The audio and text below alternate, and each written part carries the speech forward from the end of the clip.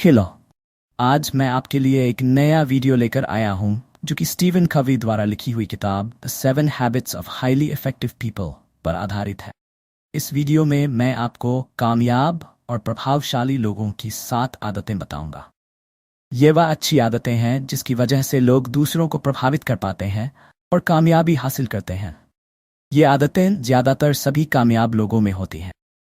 लेखक स्टीवन कवी कहते हैं कि हम अपनी अनुभूतियों और अनुभवों से दुनिया को देखते हैं। जिस तरह के हमारे अनुभव होते हैं हमें दुनिया वैसी ही नजर आती है। अगर हम परिस्थितियों को बदलना चाहते हैं तो पहले हमें अपने आप को बदलना होगा, और अपने आप को बदलने के लिए हमें अपनी अनुभूतियों को बदलना होगा। पिछले 200 साल का साहित्य पढ़ने के बाद लेखक ने यह जाना कि सफलता की परिभाषा मंटाई टूटसी के बाद काफी बदल गई है। पुराने जमाने में किसी व्यक्ति की सफलता को उसके चरित्र की नैतिकता से देखा जाता। किसी व्यक्ति की सफलता को उसके चरित्र की विशेषताओं से नापते, जैसे कि ईमानदारी, विनम्रता, सत्य के प्रति निष्ठा, आत्मसंयम और साहस। लेकिन सन 1980 के बाद सत्य की परिभाषा बिल्कुल बदल गई। सन 1980 के बाद किसी भी व्यक्ति की सफलता उसके व्यक्तित्व से देखी जाने लगी, जैसे कि उसका व्यक्तित्व, समाज में उसकी छवि, उसका मनोभाव और उसका व्यवहार। आज के युग में लोग सब कुछ जल्दी चाहते हैं, इसलिए वे सफलता भी जल्दी प्राप्त करना चाहते हैं। जब भी लोग किसी सफल व्यक्ति या उसकी टीम को देखते हैं तो उससे पूछते हैं कि आपने ये सफलता कैसे प्राप्त की, मुझे भी बताइए। वह सफल लोगों की तकनीक बहुत जल्दी सीख लेना चाहते हैं, क्योंकि असल में मुमकिन नहीं है। आजकल लोग हर काम को शॉर्टकट तरीके से करना चाहते हैं।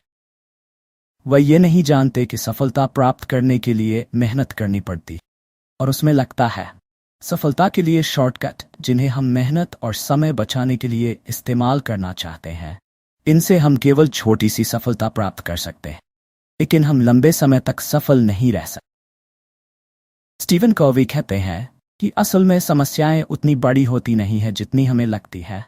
हमारी समस्याएं हमारे उन्हें देखने के नजरिए पर निर्भर करती। एक सकारात्मक बदलाव के लिए हमें अपने मनोभावों और व्यवहार को केवल बाहर से नहीं बल्कि अंदर से बदलना होगा। इस किताब को मैंने 2 पार्ट्स में डिवाइड किया है ताकि इस किताब में लिखी हुई हर बात आप तक पहुंचा सकूं। चलिए वीडियो की शुरुआत करते हैं पहले पार्ट के साथ। चलिए शुरुआत करते हैं पहली हैबिट से। Habit 1, be proactive. हमेशा सक्रिय रहे और तैयार रहें। आज हम जो कुछ भी है उसके लिए हम खुद ही जिम्मेदार हैं। हम अपने जीवन की कहानी खुद लिखते हैं। हमें खुद ही सोचना है और यह फैसला लेना है कि हम किस तरह की जिंदगी जीना चाहते हैं। जानवरों और मनुष्यों में यह अंतर है कि मनुष्य अपने चरित्र को परख सकते हैं, ये जानने के लिए कि हम अपने आप को और अपने जीवन की परिस्थितियों को किस प्रकार देखते हैं। हम मनुष्यों में अपनी प्रभावशीलता को नियंत्रित करने की काबिलियत है। प्रभावशाली बनने के लिए ये जरूरी है कि हम हमेशा सतर्क रहें और किसी भी परिस्थिति के लिए तैयार रहें। जो लोग बिना सोचे समझे जल्दबाजी में किसी भी बात पर प्रतिक्रिया करते हैं उन्हें रिएक्टिव लोग सोचते हैं कि उनके साथ जीवन में जो कुछ भी हो रहा है अपने आप हो रहा है, उनका उस पर कोई नियंत्रण नहीं है। असफल लोग इस तरह की बातें करते हैं, मैं कुछ नहीं कर सकता, मैं इसी तरह का आदमी हूं। वह सोचते हैं कि समस्या बाहर की दुनिया में है जिस पर उनका कोई नियंत्रण नहीं है। उनका ऐसा सोचना ही उनकी सबसे बड़ी समस्या है। रिएक्टिविटी एक बहुत बड़ी समस्या है, क्योंकि रिएक्टिव लोगों अपने आप को हमेशा परिस्थितियों का शिकार समझते हैं और उन्हें ऐसा लगता है कि उनका अपनी जिंदगी पर कोई नियंत्रण नहीं है। दूसरी ओर प्रोएक्टिव यानी सक्रिय लोग समझते हैं कि यह उनकी जिम्मेदारी है कि वह किसी भी परिस्थिति में किस तरह से प्रतिक्रिया करते हैं। लेखक ने हमें हर व्यक्ति के लिए 2 सर्कल बताए हैं। सर्कल यानी दायरा। पहला सर्कल है सर्कल ऑफ कंसर्न और दूसरा सर्कल है circle of influence. Circle of concern हमारी चिंताओं का दायरा है और सर्कल ऑफ इन्फ्लुएंस हमारे प्रभाव का दायरा है। वह प्रभाव जो हम दूसरों पर डालते हैं ये अपने आसपास के माहौल पर डालते हैं। नकारात्मक लोग इन बातों पर ज्यादा ध्यान देते हैं जो उनकी चिंताओं के दायरे के अंदर है। ऐसा करने से उनकी चिंताओं का दायरा बढ़ता है, प्रभाव का दायरा छोटा हो जाता है। वह जल्दी ही विपरीत परिस्थितियों से प्रभावित हो जाते हैं और अपनी समस्याओं के लिए बाहरी परिस्थितियों को दोष देते हैं। हमारे प्रभाव का दायरा हमारे ही चिंताओं के दायरे के अंदर होता है। प्रोएक्टिव रहने के लिए यानी सक्रिय रहने के लिए हमें अपने प्रभाव के दायरे पर ध्यान देना चाहिए और उसे मजबूत बनाना चाहिए। दोस्तों, अगर इस बात को मैं सरल शब्दों में कहूं तो हमें उन चीज़ों पर काम करना चाहिए जिनके बारे में हमें लगता है कि हम कुछ कर सकते हैं। Practice success habit 1। दोस्तों, अब मैं आपको प्रिंसिपल ऑफ प्रोएक्टिविटी को इस्तेमाल करने का तरीका बताऊंगा। Start replacing reactive language with proactive language. Reactive भाषा की जगह प्रोएक्टिव भाषा का इस्तेमाल करना शुरू करें। जैसे कि रिएक्टिव भाषा वह मुझे परेशान कर देता। प्रोएक्टिव भाषा, मैं अपनी भावनाओं को खुद नियंत्रित करता हूं। Convert reactive tasks into proactive ones. रिएक्टिव कार्य करने की बजाय प्रोएक्टिव कार्य करें। रिएक्टिव कार्य वह होते हैं जो हम दूसरे लोगों से ये विपरीत परिस्थितियों से प्रभावित होकर करते हैं।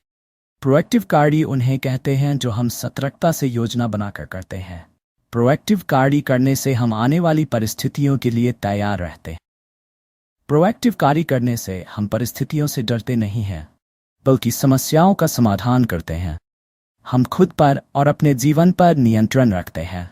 Habit 2, begin with the and in mind. कोई भी काम शुरू करने से पहले अपने लक्ष्य को ध्यान में रखें। हम अपनी कल्पना से अपने लक्ष्य को अपने मन में देख सकते हैं। हम जो भी बनना चाहते हैं, हम अपने आप को वैसे ही अपनी कल्पना में देख सकते हैं। हम में से ज्यादातर लोग अपने आप को काम में व्यस्त रखना आसान समझते हैं। हम धन कमाने के लिए, तरक्की पाने के लिए और अपनी पहचान बनाने के लिए कड़ी मेहनत करते हैं। लेकिन हम कभी अपनी व्यस्त रूटीन से विराम देकर ये सोचने की कोशिश नहीं करते कि हम ये सब किस लिए कर रहे हैं। हम ये नहीं सोचते कि जिन कार्यों के लिए हम कड़ी मेहनत कर रहे हैं, क्या वह सच में हमारे लिए महत्वपूर्ण है या नहीं। हम जो भी करना चाहते हैं, हमें उसका अंतिम परिणाम अपने मन में देखना चाहिए। आप किसी भी काम को अपनी मंजिल को ध्यान में रखते हुए शुरू करें। अगर हम काम को शुरू करते हुए अपनी मंजिल को ध्यान में रखेंगे तो निश्चित तौर पर सही दिशा में कदम रखेंगे। जीवन कवि कहते हैं कि हमारी आत्म जागरूकता हमें अपने जीवन को नियंत्रित करने की शक्ति देती है। जब हमें इन जागरूकता होती है तो हम अपनी मनपसंद जिंदगी जी सकते हैं, बजाय इसके कि हम दूसरों की पसंद का काम करें। बिजनेस को भी शुरू करते हुए अंतिम परिणाम को ध्यान में रखना जरूरी है। अंतिम परिणाम का मतलब कि आप अपने बिजनेस से क्या परिणाम चाहते हैं, फिर चाहे वह धन के रूप में हो या पहचान के रूप। एक बिजनेस मैनेजर का काम है उत्पादकता को बनाए रखना, लेकिन एक बिजनेस लीडर का काम है यह देखना कि आपके बिजनेस का लक्ष्य क्या है और आप अपने बिजनेस को कौन से मुकाम पर पहुंचाना चाहते हैं। इससे पहले कि हम अपने लिए या अपने बिजनेस के लिए कोई लक्ष्य निर्धारित करें, हमें यह तय करना होगा कि हमारा महत्व क्या है या हमारे बिजनेस का मूल्य क्या है। ऐसा करने के लिए कई बार हमें अपनी योजनाओं को दोबारा बनाना पड़ता है या जो अपनी योजनाओं में कुछ बदलाव करने पड़ते हैं। योजनाओं में बदलाव करने की प्रक्रिया पूरी रिस्क्रिप्टिंग कहते हैं। रिस्क्रिप्टिंग का मतलब है अपने आदर्शों को बदलना। जो योजनाएं आपने पहले से लिखी हुई है, उनमें से जो अच्छी नहीं है उन्हें ध्यान से पहचानना और अपने लक्ष्य और मूल्यों को ध्यान में रखते हुए दोबारा लिखना। रिस्क्रिप्टिंग हम व्यक्तिगत तौर पर और अपने बिजनेस के लिए कर सकते। दोस्तों, हमारे लिए अपने जीवन के केंद्र को पहचानना भी बहुत जरूरी है, क्योंकि जो भी हमारे जीवन का केंद्र होता है वही हमारी सुरक्षा, शिक्षा, बुद्धिमत्ता और ताकत का स्रोत होता है।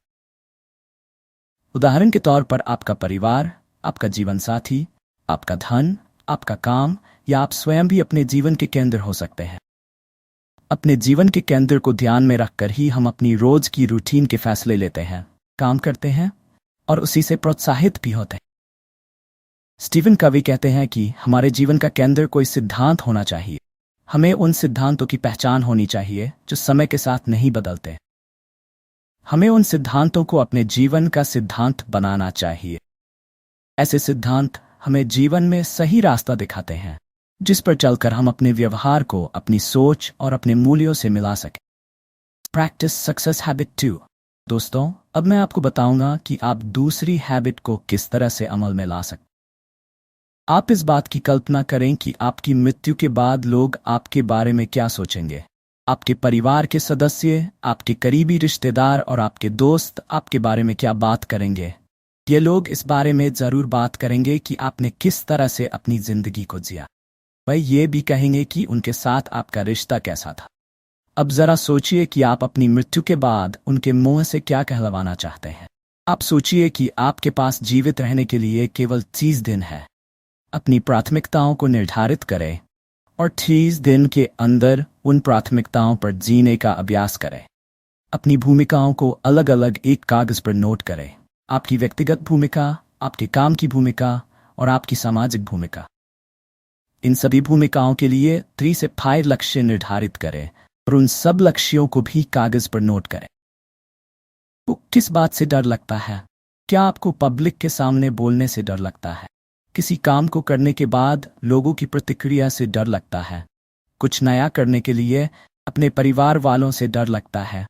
क्या आप समाज से डरते हैं? अपने जीवन के सबसे बड़े डर को पहचानिए और अब अपने मन में उस परिस्थिति को देखिए जब वह डर बिल्कुल आपके सामने हो। अब मन ही मन में देखें कि आप उस डर से कैसे निपटेंगे। अपने जीवन के सबसे बड़े डर से और उस परिस्थिति से निपटने के तरीकों को भी कागज पर नोट करें। दोस्तों, दूसरी हैबिट आपको सिखाती है कि किस तरह से आपको अपने जीवन के या अपने बिजनेस के लक्ष्य को योजना बनाने से पहले ही अपने ध्यान में रखना चाहिए। लक्ष्य को या अंतिम परिणाम को ध्यान में रखना इसलिए महत्वपूर्ण है क्योंकि ऐसा करना आपको सही दिशा में ले जाता है। आप लक्ष्य के हिसाब से बिल्कुल सही कार्य करते हैं और अपने कार्य क्षेत्र में सफलता प्राप्त करते हैं। ऐसा करने से आप केवल अपने लक्ष्य को यहाँ परिणाम को प्राप्त ही नहीं करते बल्कि व्यक्तिगत तौर पर पहले से अधिक प्रभावशाली बन जाते हैं। आप अंतिम परिणाम को अपने मन में देखने की कला को सीख लेते हैं और इस कला की शक्ति को भी समझ जाते हैं। Habit 3, put first things first. जरूरी कार्यों को प्राथमिकता दें। हमें हमेशा पहले वह कार्य करने चाहिए जिन्हें करना जरूरी है, ना कि वह जिन्हें इस समय करना आवश्यक है। हमें अपने डेली रूटीन के कार्य भी इस तरह करने चाहिए। फ्रेंड्स, हैबिट 2 में मैंने आपको अपने मूल्यों को और अपने लक्ष्य को पहचानने का महत्व बताया है। हैबिट 3 में मैं आपको बताऊंगा कि अपने लक्ष्यों को हासिल करने के लिए आपको क्या करना चाहिए और किन कार्यों को प्राथमिकता देनी चाहिए। अपने अनुशासन को बनाए रखने के लिए और अपना ध्यान अपने लक्ष्य पर केंद्रित रखने के लिए हमें उस समय भी काम करने की इच्छा शक्ति रखनी होगी जब हम उसे नहीं करना चाहते। हमें अपने मूल्यों के हिसाब से काम करना होगा, न कि अपनी इच्छाओं के हिसाब से। आपके सभी कार्यों को 2 वर्गों में विभाजित किया जा सकता है, अर्जेंट और इम्पोर्टेंट। अर्जेंट कार्य वह होते हैं जिन्हें अभी करना अनिवार्य होता है और इम्पोर्टेंट काम वह होते हैं जिन्हें करना जरूरी होता है। दोस्तों, अगर आप इस टाइम मैनेजमेंट के टेबल को ध्यान से देखिए जिसमें 4 क्वाड्रेंट है, ज्यादातर हम अर्जेंट यानी अभी करने वाले कामों को प्राथमिकता देते हैं। हम अपना समय उन कामों को करने में बर्बाद करते हैं जिन्हें करना जरूरी नहीं होता। इसका मतलब है कि हम दूसरे क्वाड्रेंट को नजरअंदाज कर रहे हैं जो कि सबसे महत्वपूर्ण है। अगर हम पहले क्वाड्रेंट पर ध्यान देते हैं और अपना समय अपने संकट और समस्याओं को सुलझाने में लगाते हैं तो हमारी समस्याएं और भी बड़ी हो जाती। ऐसा करने से हमारे जीवन में तनाव और भी बढ़ जाता है। अगर हम तीसरे क्वाड्रेंट पर अधिक ध्यान देते हैं तो हम अपना ज्यादातर समय उन कार्यों में बिता देते हैं जो हमें अनिवार्य लगते हैं, जबकि असल में जो कार्य हमें अनिवार्य लगते हैं वह हमारी नहीं बल्कि दूसरे लोगों की उम्मीदों और प्राथमिकताओं पर निर्भर करते हैं। हमारा ध्यान किसी भी काम में ज्यादा देर तक नहीं लगता, हमारा खुद पर कोई नियंत्रण नहीं रहता और हमारे रिश्ते भी खराब हो जाते हैं। अगर हम चौथे क्वाड्रेंट पर अधिक ध्यान देते हैं तो हम एक गैर जिम्मेदार जिंदगी जीते हैं। ऐसे लोग काम में ज्यादा व्यस्त रहते हैं, समय भी ज्यादा बर्बाद करते हैं। ऐसे लोग दूसरों पर अत्यधिक निर्भर होते हैं और कई बार तो नौकरियों से भी निकाल दिए जाते हैं। दूसरा क्वाड्रेंट किसी के भी व्यक्तिगत प्रबंधन के लिए सबसे उत्तम है। ये लंबे समय की योजनाएं बनाने, रिश्ते बनाने और तैयारी करने में काम आता है। ये सब ऐसे काम हैं जो हमें पता है कि हमें करने हैं, लेकिन हम उन्हें समय पर नहीं करते क्योंकि वह हमें अनिवार्य और आवश्यक नहीं लगते। दूसरे क्वाड्रेंट पर ध्यान देने के लिए हमें अपने कार्यों की प्राथमिकता को बदलना पड़ेगा।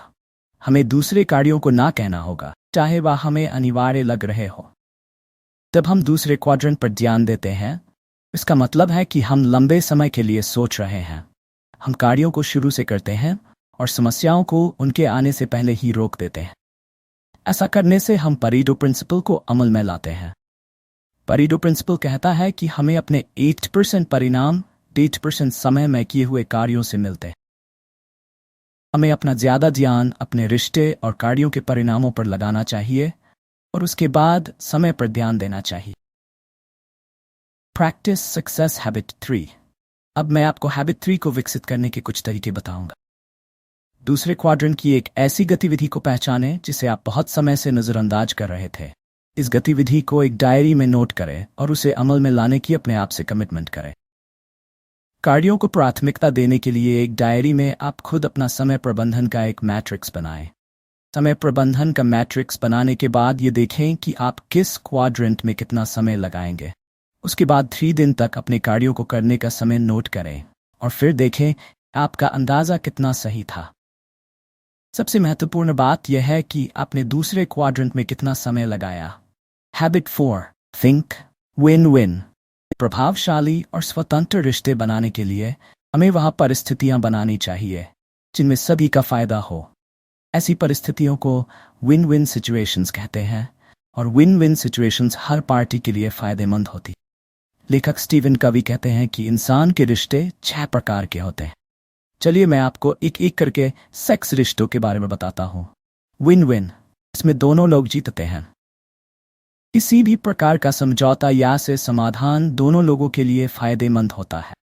ऐसे रिश्ते में दोनों व्यक्ति संतुष्ट रहते हैं क्योंकि वह जो भी काम करते हैं उसमें दोनों का फायदा देखकर करते। ये लोग ऐसा कोई काम नहीं करते जिसमें दोनों में से किसी एक का भी नुकसान हो। विन लूज, ऐसे रिश्ते में एक व्यक्ति के जीतने से दूसरा व्यक्ति हारता।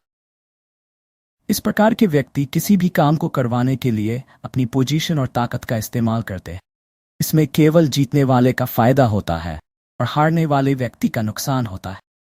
लूज विन, ऐसे रिश्ते में एक व्यक्ति के हारने से दूसरा व्यक्ति जीतता है। ऐसे लोग हमेशा दूसरों को खुश करने को तैयार रहते हैं और लोगों में अपनी लोकप्रियता बनाकर ताकत जुटाते हैं। लूज लूज, ऐसे रिश्ते में दोनों लोग हार जाते हैं। इस प्रकार के व्यक्ति अड़ियल किस्म के और घमंडी होते हैं। अपने घमंड की वजह से वह छोटी छोटी बातों पर एक दूसरे से झगड़ा करते हैं। जब भी ऐसे दो लोग आपस में मिलते हैं तो दोनों का नुकसान होता है। ये लोग कोई ना कोई ऐसा काम जरूर करते हैं जिससे दोनों का नुकसान हो। विन, ऐसे लोग जीतने की सोच रखते हैं और उसके लिए वह किसी और को हराना नहीं चाहते क्योंकि उनको किसी और के जीतने हारने से कोई मतलब नहीं होता। उन्हें जो भी करना होता है वह केवल उसी काम पर ध्यान देते हैं और उस कार्य को सफलतापूर्वक करते हैं। विन विन और नो डील, ये लोग विन विन श्रेणी के ही होते हैं, लेकिन वह कोई ऐसा काम नहीं करते जिसमें दोनों पार्टियों को फायदा ना हो। वह कोई ऐसा काम नहीं करते जिसमें दोनों में से किसी एक व्यक्ति का भी नुकसान हो। The best option is to create win win situations. हमारे लिए सबसे अच्छा विकल्प है कि हम विन विन सिचुएशंस यानी दोनों पार्टियों के फायदे वाली परिस्थितियां बनाएं, क्योंकि विन लूज या लूज विन वाली परिस्थितियों में केवल एक पार्टी को फायदा होता है, वह भी कुछ समय के लिए, लेकिन उसके परिणाम दोनों पार्टियों के बीच के रिश्ते पर नकारात्मक प्रभाव डालते हैं। दोनों ही परिस्थितियों में जब तक एक पार्टी का नुकसान ना हो तब तक दूसरी पार्टी को फायदा नहीं हो सकता। The win-win or no deal option is important to use as a backup. हमें win-win और no deal को एक विकल्प की तरह इस्तेमाल करना चाहिए। Win-win और no deal में हमें किसी से भी धोखा करने या हेराफेरी करने की जरूरत नहीं होती, बल्कि हम खुलकर अपनी और दूसरों की समस्याओं को समझने की कोशिश करते हैं। To go for win-win, you not only have to be nice, you have to be courageous. Stephen Covey. Win-win situations में हम 2 बातों का ध्यान रखते हैं, consideration and courage, यानी विचार और साहस। Win-win situations में दूसरा महत्वपूर्ण घटक है abundance mentality, यानी प्रचुरता वाली मानसिकता को बनाए रखना। abundance mentality का मतलब है कि दुनिया में सभी लोगों के लिए हर चीज प्रचुरता में है। ज्यादातर लोग scarcity mentality, यानी अभाव की मानसिकता से काम करते हैं।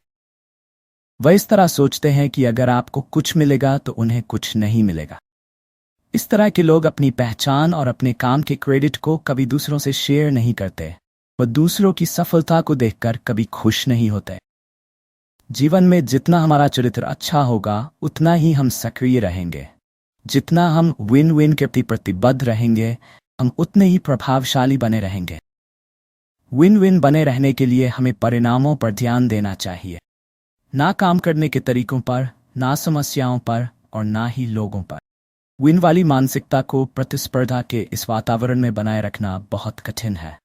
इस मानसिकता को बनाए रखने के लिए हमें एक संस्था के तौर पर अपनी पुरस्कार प्रणाली को अपने लक्ष्यों और मूल्यों के साथ मिलाना होगा। Practice success habit for friends. अब मैं आपको विन वाली मानसिकता विकसित करने के कुछ तरीके बताऊंगा। आप किसी ऐसी परिस्थिति के बारे में सोचिए जिसका समाधान आप ढूंढने की कोशिश कर रहे हैं। आप उन सभी चीजों की लिस्ट बनाएं जो दूसरा व्यक्ति चाहता है। उसके बाद उन चीजों के सामने उन तरीकों के बारे में लिखें जिनका इस्तेमाल करके आप वह सभी चीजें उस व्यक्ति के लिए हासिल करेंगे। आप अपने जीवन के 3 सबसे अधिक महत्वपूर्ण रिश्तों के बारे में सोचिए। उसके बाद आप ये देखें कि आपके इन रिश्तों में कितना संतुलन है। एक रिश्ते में आप जितना दूसरे व्यक्ति को देते हैं, क्या उतना आपको मिलता है? क्या किसी रिश्ते में आप देने से ज्यादा लेते हैं? अगर ऐसा है तो आपके रिश्ते में पर्याप्त संतुलन की कमी है। अब आप ऐसे 10 तरीके लिखें जिनसे आप दूसरे व्यक्ति से कुछ भी लेने से अधिक उसको दे सकते हैं। आप अपने बातचीत करने की प्रवृत्ति के बारे में ध्यान से सोचें। क्या वह विन लूज की श्रेणी में आती है? इस बात पर विचार करें कि आपकी बातचीत करने की प्रवृत्ति दूसरों के साथ आपके मेल जोल को कैसे प्रभावित करती। क्या आपकी प्रवृत्ति आपके रिश्ते को बेहतर बनाने में आपकी सहायक है या नहीं? इन सभी बातों को एक डायरी में लिखकर नोट करें। फ्रेंड्स हैबिट 3 में मैंने आपको बताया कि आपको अपने लक्ष्यों को हासिल करने के लिए किस तरह जरूरी कार्यों को प्राथमिकता देनी चाहिए, और हैबिट 4 में मैंने आपको बताया कि आपको विन विन सिचुएशंस कैसे बनानी चाहिए जिनमें सबका फायदा हो। तो दोस्तों, इसी के साथ हमारा वीडियो समाप्त होता है, और अपने अगले वीडियो में मैं आपको 5वीं, 6वीं और 7वीं हैबिट के बारे में विस्तार से बताऊंगा। इसी के साथ हमारा ये वीडियो समाप्त होता है। मुझे उम्मीद है कि आपको ये वीडियो पसंद आया होगा और आपने इस वीडियो में बताई गई बातों से बहुत कुछ सीखा हो। हमारे इस वीडियो को लाइक और शेयर करें और हमारे चैनल को सब्सक्राइब करें। हमारे इस वीडियो को देखने के लिए और अपना कीमती समय हमें देने के लिए आपका बहुत बहुत धन्यवाद। मैं जल्द ही आपके लिए the 7 habits of highly effective people के सेकंड पार्ट पर वीडियो लेकर आऊंगा। तो चलिए मिलते हैं अगले वीडियो में। तब तक के लिए आपका समय शुभ हो।